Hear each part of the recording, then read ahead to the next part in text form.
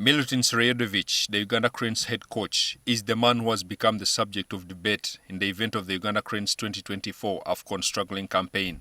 The Serbian tactician who took up the mantle as head coach of the Uganda Cranes for the second time in 2021 to replace Northern Irishman Jonathan McKinstry believes he returned at the most difficult moment when the team is undergoing a transition. Of course, this third homecoming to Uganda, it was not in bed of roses, was a roller coaster journey, having in mind that Uganda Cranes are a team in transition, a team that at present has only three survivors in the national team since 2019 and last match against Senegal. And those are Ucho, Okwi and Mia. It is simply something unbelievable that no other team in 54 countries has gone through. Micho has since his return failed in one World Cup campaign and is now in charge of the struggling AFCON campaign.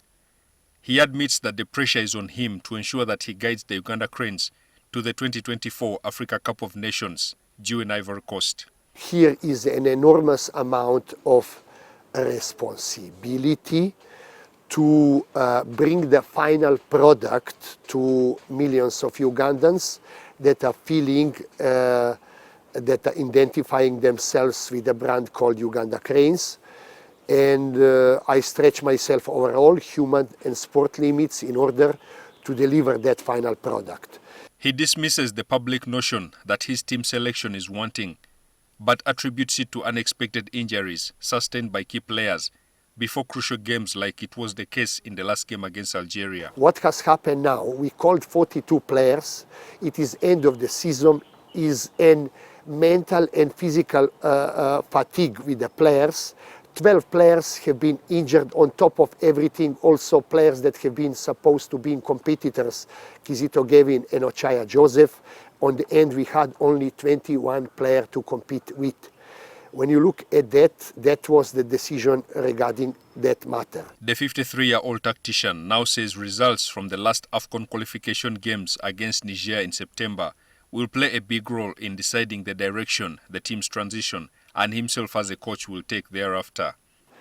I do not think anything beyond the match in September against Niger. That match will give the direction. To me personally, but with me or without me, Ugandan football will continue with these same players that will take responsibility to take Uganda to 2026. Uganda need to beat Niger and hope Algeria beats Tanzania to stand a chance to qualify for the AFCON 2024 finals. Felix Manyindo, NTV Sport.